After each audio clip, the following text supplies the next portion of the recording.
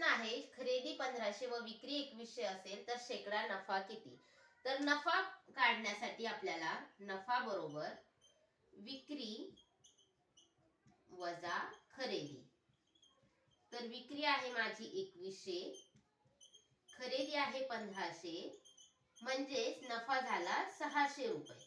तर आपल्याला काय विचारलंय की शेकडा नफा किती? नफा आहे 600, हा नफा कितीवर झाला? तर खरेदी किमतीवर. खरेदी किंमत आहे 1500 गुणिले 100. शेकडा नफा म्हणजे 100 ने गुणायचे.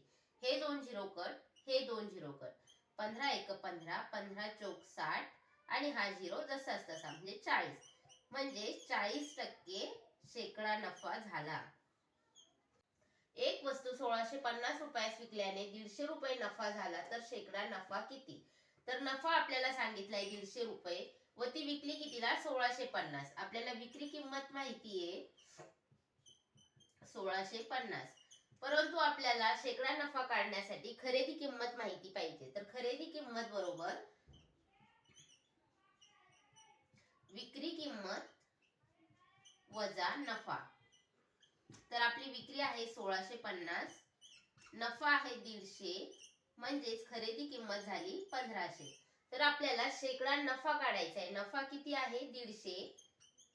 किती वरती? खरेदी किमतीवरती म्हणजे 1500 वरती गुणिले 100. हे 2 झिरो कट, हे 2 झिरो कट. 15 एक 15, 15 एक 15, हा झिरो. म्हणजेच 10% शेकडा नफा झाला. एक वस्तू 400 रुपयास विकल्याने 40 रुपये तोटा झाला तर शेकडा तोटा किती? तर शेकडा तोटा कसा काढतात? तर खरेदी किमतीवर शेकडा तोटा काढला जातो. पण आपल्याला खरेदी किंमत माहिती आहे का की नाही? तर आपल्याला काय सांगितलंय? 400 रुपयाला विकल्याने म्हणजे 400 रुपये ही विक्री किंमत, 400 ला विकलं तर 40 रुपये तोटा झाला. तर तोटा झाला म्हणजे खरेदी किंमत ही विक्री किंमत अधिक तोटा असतो. तर विक्री किंमत आहे आपली 400, विक्री आहे 400, तोटा आहे 40, म्हणजेच खरेदी किंमत किती झाली? 440 रुपये. तर आपल्याला काय काढायला सांगितलंय? शेकडा तोटा काढायचा. तर तोटा किती आहे? 40 खरेदी किमतीवर. आपण तोटा हा कोणत्या कशावर काढतो? तर खरेदी किंमत. खरेदी किंमत आहे माझी 440 गुणिले 100. तर हा झिरो कट, हा झिरो कट.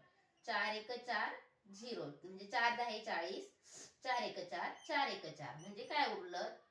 10 गुणिले 10 म्हणजे 100 छेद 11. हे झालं आपलं उत्तर. परंतु आपण याला असेही लिहू शकतो, 11 ने याला भाग द्यायचा, 11 9 99, किती उरला? 1. तर 1 छेद 11 म्हणजे 9 1 छेद 11.